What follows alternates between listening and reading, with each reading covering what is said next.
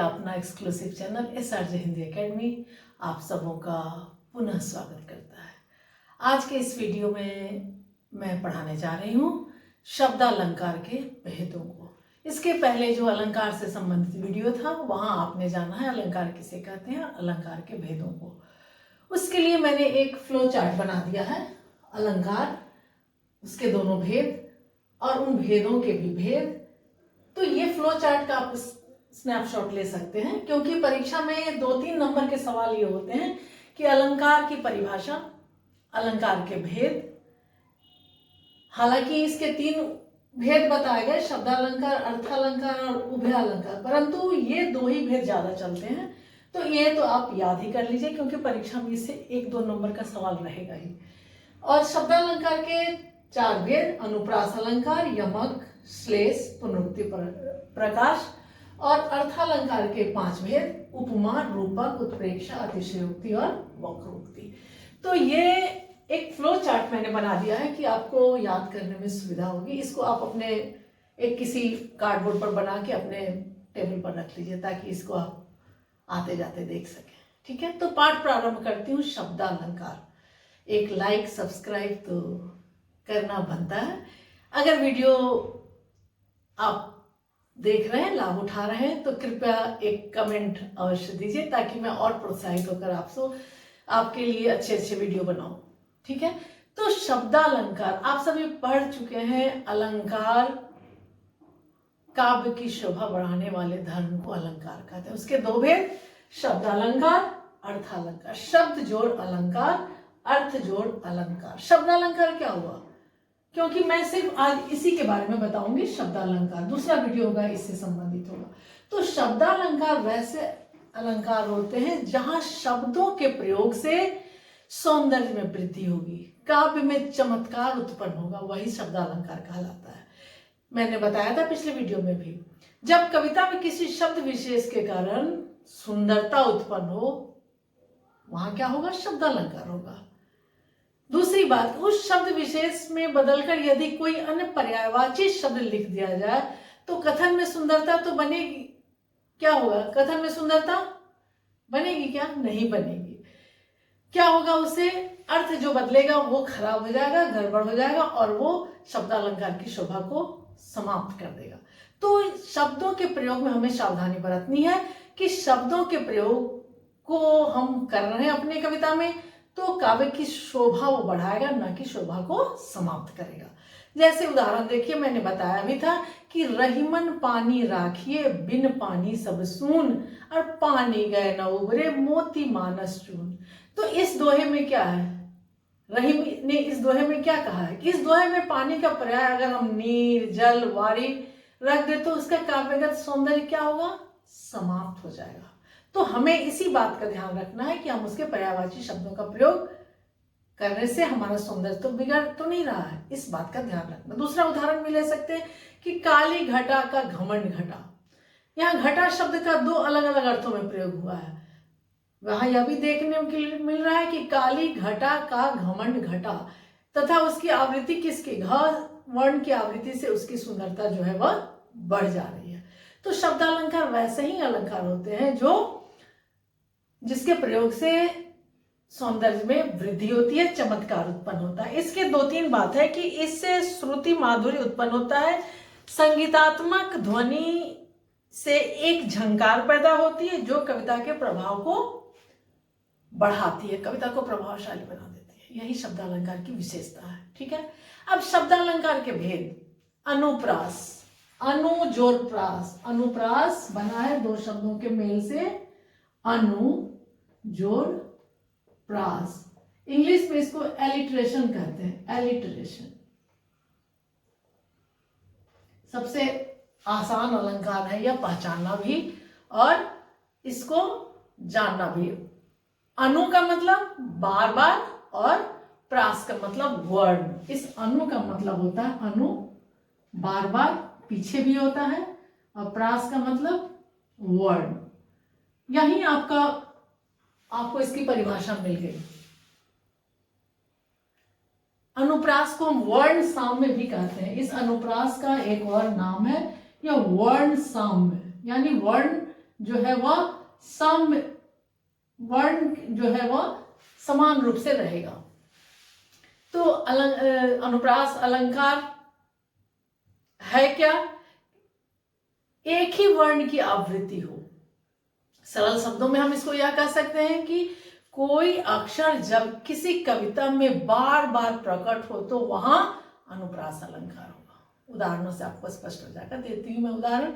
बहुत सारे फिल्मी गाने भी हैं जो अनुप्रास का प्रतीक है। देखेंगे आप कि अनुप्रास है क्या कि एक ही वर्ण की बार बार आवृत्ति हो। इसमें यह ध्यान देने योग्य बात है कि इसमें पहले वर्ण की आवृत्ति होगी, ना कि दूसरा तीसरा और वो लयात्मक मिल रहा हो। तो जिस रचना में व्यंजन वर्ण की एक या दो से अधिक बार आवृत्ति होगी, या जहां व्यंजनों की आवृत्ति से काव्य में क्या होगा? चमत्कार पैदा होगा। इसकी परिभाषा क्या है? एक ही व्यंजन की बार बार आवृत्ति। मैंने सरल शब्दों में भी परिभाषा समझाया। आवृत्ति मतलब वर्ण जो है वह बराबर से आएगा, वही वर्ण सेम वर्ण चलेगा। तो जब कोई अक्षर किसी कविता में बार बार सुनाई दे, उसकी ध्वनि सुनाई दे, तो वहां अनुप्रास अलंकार होगा। आपने गाना सुना होगा, छै छपा छै छपा के छै। यह फिल्मी सॉन्ग है ना, इसके लिए बड़ा अच्छा उदाहरण है। छै छपा छै एग्जाम्पल है इसका। उदाहरण देखिए, छै छपा छै छपा के छै। ये इसके यहाँ क्या दिखाई दे रहा है आपको? एक ही वर्ण की आवृत्ति हो रही है। वो वर्ण क्या है? ये छ वर्ण, यानी यहाँ जो है छ वर्ण की आवृत्ति है। छ वर्ण बार बार सुनाई दे रहा है। इससे क्या हो गया? काव्य में सुंदरता भी उत्पन्न हो गई और सुनने में भी मजा आ रहा है। चारों चंद्र की चंचल किरणें खेल रही हैं जलथल में। दूसरा एग्जाम्पल लीजिए, ये वन। चारों चंद्र की चंचल किरणें, बहुत ही कॉमन उदाहरण है और यह परीक्षा में कई बार आ चुका है। चारों चंद्र की चंचल किरणें खेल रही हैं जलथल में। यहां भी च वर्ण की आवृत्ति हुई है। इसमें क्या है? च वर्ण की आवृत्ति है। च वर्ण की आवृत्ति। और भी उदाहरण ले सकते हैं। तरनी तनुजा तट तमाल तरवर बहुछाए, तो वर्ण की आवृत्ति है। कालिंदी कल कदम की डारण, कालिंदी कुल कदम की डारण। और भी अच्छा एग्जाम्पल देखिए, रघुपति राघव राजा राम। रघुपति राघव राजा राम, यहाँ किस वर्ण की आवृत्ति है? र वर्ण की आवृत्ति है। र की ध्वनि सुनाई दे रही है, यानी र वर्ण जो है वो बार बार कानों में रस बोल रहा है। कालिंदी कुल कदम की डारण, क वर्ण की आवृत्ति हो रही है। काली घटा का घमंड घटा, जैसे मैंने कहा, तो काली घटा में घ वर्ण की आवृत्ति हो रही, वहां भी अनुप्रास अलंकार है। आगे आप देखेंगे कि कैसे हम अनुप्रास श्लेष और यमक में कैसे अंतर करेंगे, इसको भी मैं दिखाऊंगी।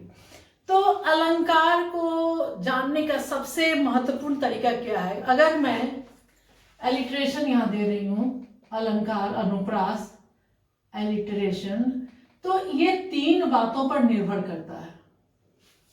तीन बातें इसमें आपको उसके उदाहरणों में दिखाई देगी। Mood, emotions and rhythm. ये तीन चीज जब मिलेगा, ये तीन चीज जब मिलेंगे, आपको उस कविता में उसका मूड क्या है और रिदम क्या है, धुन क्या है, और वो भाव कैसा प्रकट कर रहा है, तो आप समझ जाएंगे यह अनुप्रास अलंकार है। पहचान क्या है इसकी? अनुप्रास अलंकार की पहचान मैंने कहा कि वर्णों की आवृत्ति होगी।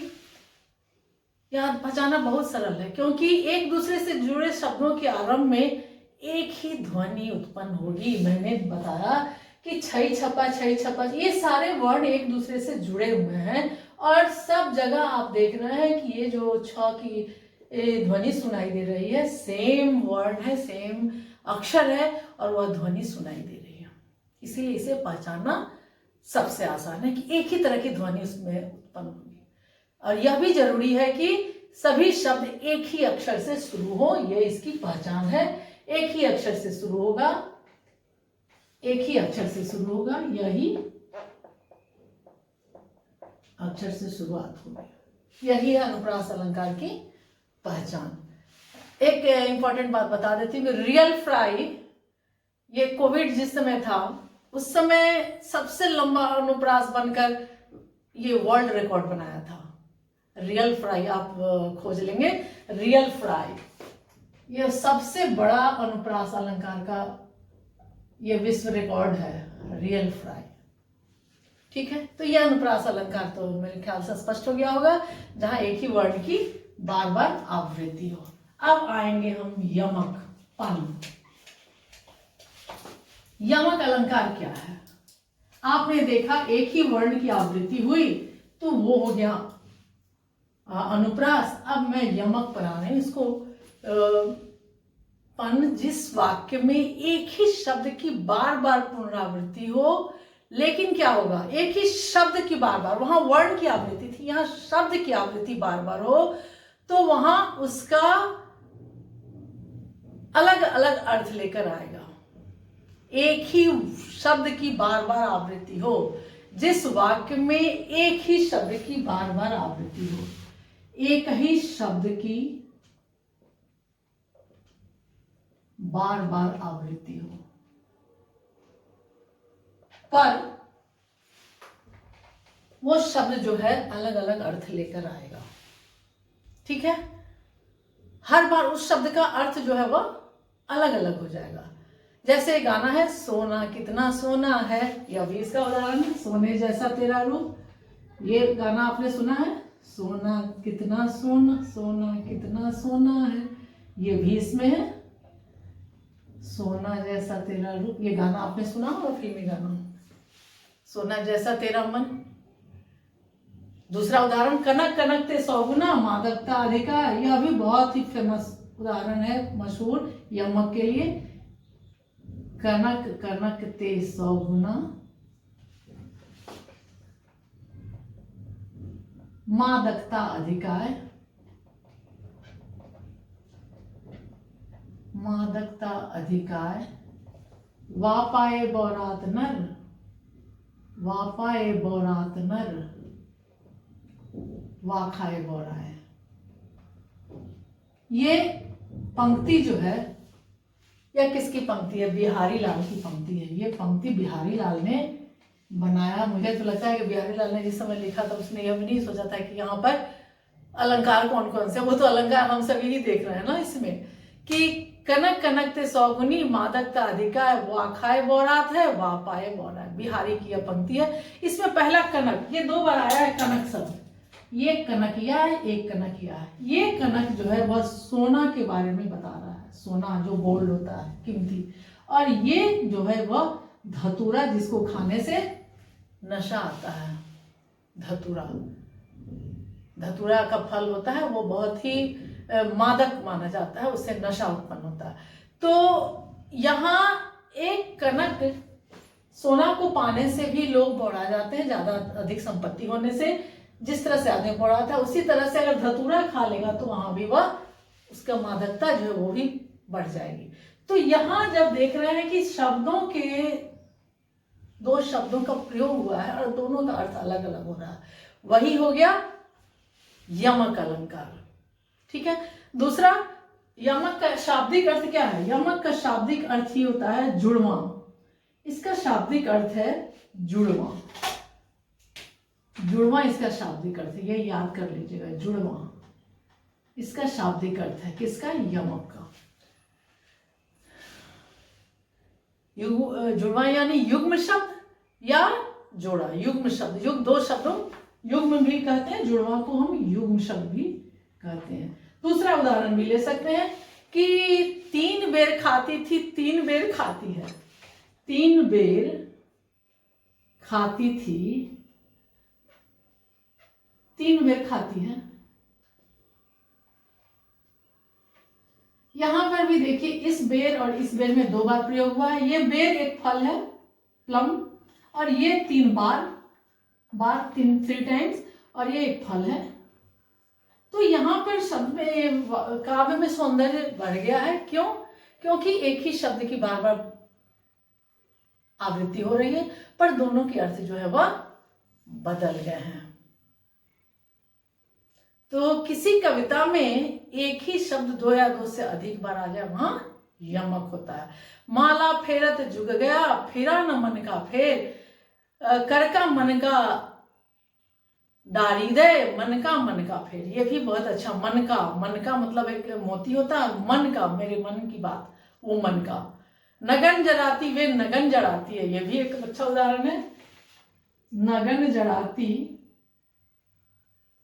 नगन जराती वे नगन जराती है, वह वे नगन जराती है। अब यहां देखिए, ये जड़ाती जड़ाती, नगन जड़ाती, नगन जड़ाती, नगन नगीना हीरा मोती, और जड़ाती यहाँ पर जरवाना, इस नगन इस नगन, ये हीरा मोती हो गए नगन।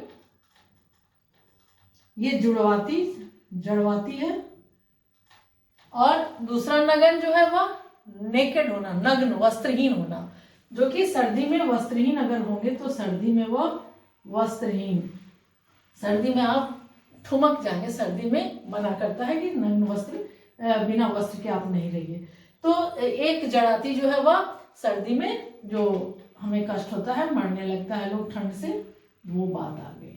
तो यहाँ आपने देखा नगन जड़ाती वे नगन जड़ाती है।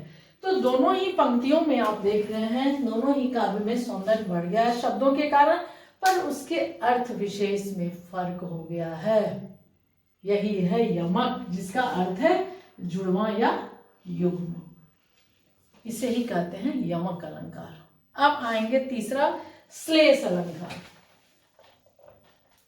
श्लेष, श्लेष मतलब चिपकना। श्लेष का अर्थ होता है चिपकना। इस श्लेष का अर्थ, जैसे अनुप्रास का अर्थ मैंने बताया कि वर्णों की आवृत्ति, और यमक का मतलब युग्म, और श्लेष का मतलब होता है चिपकना। यानी एक ही शब्द में कई अर्थ चिपके हुए हों। जब कोई शब्द एक बार ही प्रयुक्त हुआ हो और उसके दो या दो से अधिक अर्थ चिपके हों, तो वहां श्लेष अलंकार हुआ। एक ही शब्द होंगे, एक ही शब्द के कई अर्थ चिपके हों।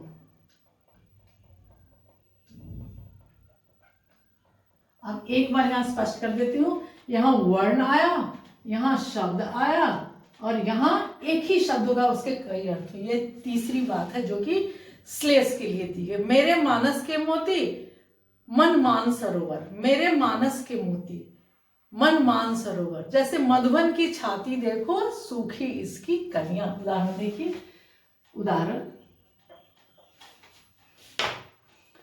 मधुबन की छाती देखो सूखी इसकी कलियां। मधुबन की छाती देखो सूखी इसकी कलियां। अब यहां देखिए, इस अब की पंक्ति में क्या अर्थ लेकर आ रहा है। मधुबन की छाती देखो सूखी इसकी कलियां। कलियां, एक कली होता है, ये कलियां का दो अर्थ लेकर आया है। देखिए, खिलने से पूर्व कली बनी रहती है, फूल में देखते हैं कली, खिलने से पूर्व की दशा, उसकी अवस्था कलियां, यह स्पष्ट हुआ। दूसरा कलियां क्या है कि यौवन से पहले की अवस्था। यहां कवि ने यौवन से पूर्व की अवस्था, जब लड़के या लड़की कली के समान होते हैं। तो यहां दो दो तरह के भाव हैं। कवि ने इस भाव को बड़े ही अच्छे ढंग से प्रस्तुत किया है कि मधुबन की छाती देखो सूखी इसकी कलियां। इस मधुबन के दृश्य को देखो, इसकी कलियां जो है वह प्रस्फुटित हो रही है यौवन से पूर्व की अवस्था में, खिलने से पूर्व की अवस्था में। तो यहाँ काव्य का सौंदर्य जो है, काव्यगत सौंदर्य जो है, वहां अर्थ का चिपकना, ये इसका कलियां का अर्थ जो है यह चिपक गया है, दो दो अर्थ लेकर आया है। दूसरा, जो रहीम गति दीप की कुल कपूत गति सोए, बारे उजियारे करे बढ़े अंधेरा हुए। जो रहीम गति दीप की, रहीम ने कहा है कि जो रहीम गति दीप की, जो रहीम गति दीप की, कुल कपूत गति सोए, कुल कपूत गति सोए।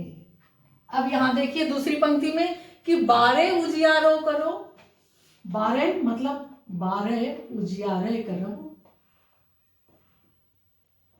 12 उजियारे करे, बढ़े अंधेरा होए, 12 बढ़े, बढ़े तो बड़े अंधियारा हुए। अब यहां देखिए आप, इसमें दो शब्द आए हैं जो कि लेकर के आए हैं अर्थ। एक 12 मतलब जो बचपन का समय है वो बचपन, और दूसरा जलने पर 12। एक है बचपन और दूसरा जलने पर। अब दूसरा अर्थ देखिए इसमें बढ़े बड़ा होकर और बुझने पर, बढ़े बड़ा होकर और बुझने पर। तो ये अर्थ चिपका हुआ है इसमें, ये अर्थ चिपक गए हैं इसमें, जिसे आपको देखना है, आपको समझना है। तो यहां हमें क्या दिखाई दिया कि काव्य में शब्द एक होंगे परंतु उसके अर्थ जो है काव्य के अनुसार, कविता के अनुसार चिपके हुए होंगे। तो यहाँ आप अपने जो परीक्षा में सवाल आएंगे वहां इस बात को आप ठहर करके सोचिएगा कि इस कविता में, इस पंक्ति में एक ही शब्द है, वो कई अर्थ लेकर के आ रहा है, तो यह चिपका हुआ है, यानी श्लिष्ट अलंकार है। ठीक है। अंतिम है पुनरुक्ति प्रकाश। पुनरुक्ति प्रकाश, पुनरुक्ति प्रकाश क्या है कि समान शब्दों की आवृत्ति से जहां चमत्कार पैदा हो, समान शब्द की आवृत्ति से, समान शब्द होंगे, शब्द की आवृत्ति से चमत्कार, कविता में चमत्कार उत्पन्न हो, तो वहां पुनरुक्ति प्रकाश होगा। यहां शब्दों की आवृत्ति का उसके अर्थ से कोई संबंध नहीं होता है, ध्यान देंगे, उदाहरणों से स्पष्ट होगा। अर्थात ये समान अर्थ का वहन करने वाले शब्द होते हैं। यहां सबसे इंपॉर्टेंट बात है कि शब्दों की आवृत्ति का उसके अर्थ से कोई लेना देना नहीं होता, कोई संबंध ही नहीं होता, यानी ये समान अर्थ का वहन करने वाले शब्द हैं। जैसे फेरी झूमी झूमी वर्षा की ऋतु आई, उदाहरण देखिए, फेरी फिर से झूमी झूमी वर्षा की ऋतु आई। अब यहां क्या देख रहे हैं इस पंक्ति में, यहां झूमी झूमी एक ही अर्थ लेकर के आया है, इसका कोई विशेष अर्थ नहीं आ रहा है। बादल निगारे झुकी झुकी बरसे लगे, बादल, बादल निगारे झुकी झुकी, बादल निगारे झुकी झुकी बरसे लगे, झुकी झुकी बरसे लगे। तो यहां झुकी झुकी और झूमी झूमी समान शब्द हैं, ये दोनों समान शब्द हैं, ये दोनों तो समान शब्द हैं, और दोनों से क्या हुआ है कि उसके अर्थ में कोई ऐसा नहीं कि कोई संबंध नहीं होता है, ये समान अर्थ का वहन करने वाले शब्द होते हैं, इससे विशेष चमत्कार पैदा नहीं होता है, लेकिन इसको अगर हम श्रवण करते हैं तो यह मनभावन लग रहा है। ठीक है। जैसे कूके लगी कोयल कदम पे बैठी, डार धोए धोए पात हिली हिली सरसे लगे। तो शब्दों की यहाँ पुनरावृत्ति हुई है, यहां भी शब्दों की पुनरावृत्ति हुई है, समान शब्द है, और ये सब समान शब्द के कारण जो हमारी कविता जो है वह कविता में सौंदर्य उत्पन्न हो गया है, अर्थ में कोई फर्क नहीं आ रहा। ठीक है। तो ये हो गया पुनरुक्ति प्रकाश। आज शब्दालंकार कंप्लीट हो गया, परंतु मैंने कहा था कि आप वीडियो पर बने रहिए। क्यों? क्योंकि मैं चाहती हूँ एक बार आपको श्लेष यमक में थोड़ा सा जो कंफ्यूजन होगा आपको, वो इस उदाहरणों से स्पष्ट करके आपको दूर कर देती हूँ। श्लेष और यमक। श्लेष अलंकार क्या है कि जिसका आप आपस में एक शब्द होगा, अर्थ अनेक होंगे। श्लेष अर्थ अनेक, शब्द एक। ठीक है। और यमक क्या होगा? शब्द दो बार बार और अर्थ भिन्न। यमक क्या होगा? शब्द दो बार बार भी आएंगे, 2 बार 3 बार भी आएंगे, अर्थ भिन्न होगा। ठीक है, तो चिपका हुआ आपस में जो शब्द हो, एक शब्द होगा, वह हो गया। इसमें प्रसंग जो है वह भिन्न भिन्न होगा, स्टोरी अलग अलग होगी। इसमें क्या होगा? प्रसंग अलग होगा और स्टोरी बनेगी, एक स्टोरी होगी। अभी दिखाती हूं मैं उदाहरण से, स्टोरी बनेगी। और यमक में क्या होगा कि अर्थ भिन्न भिन्न होगा, प्रसंग एक होगा, स्टोरी नहीं बनेगी। प्रसंग नहीं बनेगा,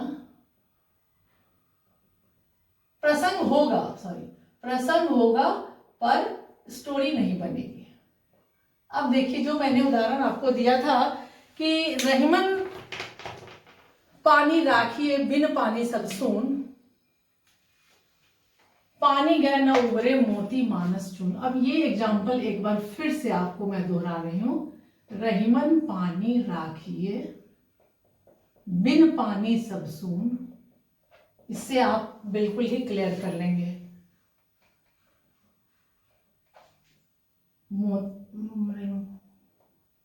पानी गए न उबरे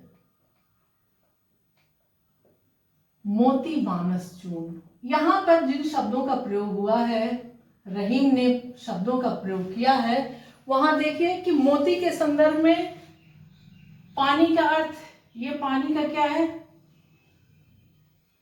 मोती के संदर्भ में पानी का, मोती के संदर्भ में पानी का क्या अर्थ हो गया? पानी का अर्थ, इस पानी का अर्थ चमक, आब, पॉलिश जिसको कहते हैं, पॉलिश। यहां ये अर्थ आया मोती के संदर्भ में। दूसरा, मनुष्य के संदर्भ में, मनुष्य के संदर्भ में क्या आया? संदर्भ में पानी का अर्थ मान, सम्मान, प्रतिष्ठा। मान, सम्मान, प्रतिष्ठा, इज्जत, जो भी आप कहें। ठीक है, और चून, चून कहते हैं आटा को, और चून के अर्थ में क्या आया? चून के अर्थ में पानी का अर्थ, चून के संदर्भ में पानी का अर्थ क्या है? जल। तो यहां आपने देखा कि श्लेष अलंकार है, तो इनमें क्या दिखाई दे रहा है कि इनमें पानी जो है वो अलग अलग अर्थ लेकर के आ रहा है, और इन अर्थों का हर जगह, इन शब्दों का अलग अलग अर्थ आ गया, जो कि कविता के सौंदर्य को चमत्कृत कर दिया। एक जगह रहीमन पानी राखिए, रहीमन कह रहे हैं कि पानी राखिए, इज्जत रखिए, आपके पानी के बिना सब कुछ सुना है, और पानी गए न उबरे मोती मानस चून। तो मोती के संदर्भ में पानी का अर्थ क्या है? यहाँ पर पानी गए न उबरे मोती मानस चून। तो ये जो अर्थ जो है वह चमत्कार पैदा कर दिया है। यही है आपका श्लेष अलंकार, जहां पर क्या है, जब कोई शब्द एक बार अगर प्रयुक्त हो रहा है, एक से अधिक बार भी हो सकता है, लेकिन उसके अर्थ अलग अलग आ जाएंगे आपके कविता के अनुसार। ठीक है, तो मैंने सोचा आपको कि इसको मैं बता दूं आपको कि आपको स्टोरी बनानी पड़ती है। इसके लिए स्टोरी बना करके आप जब देखेंगे तब आपको इसका अर्थ समझ में आएगा। तो वर्ण बार बार, आवृत्ति और अनुप्रास, शब्द बार बार आए तो यमक, और एक शब्द के अनेक अर्थ हो तो वह हो गया श्लेष अलंकार। ठीक है, तो यहां आप सारे दुविधाओं को खत्म कर लिए होंगे। अगर ऐसा कुछ लग रहा है कि कुछ बात बाकी है, वीडियो अच्छी लगी होगी, तो कृपया लाइक, सब्सक्राइब और कमेंट अवश्य कीजिएगा। नेक्स्ट वीडियो का इंतजार होगा, जहां अर्थालंकार के बारे में मैं बताऊंगी। कुछ सवाल भी आपके लिए रहेंगे, कॉपी कलम साथ में रखिएगा। कुछ अभ्यास के प्रश्न भी मैं देने वाली हूँ। आपका दिन शुभ हो। परीक्षा के लिए आपके उज्जवल भविष्य की कामना करती हूँ। धन्यवाद।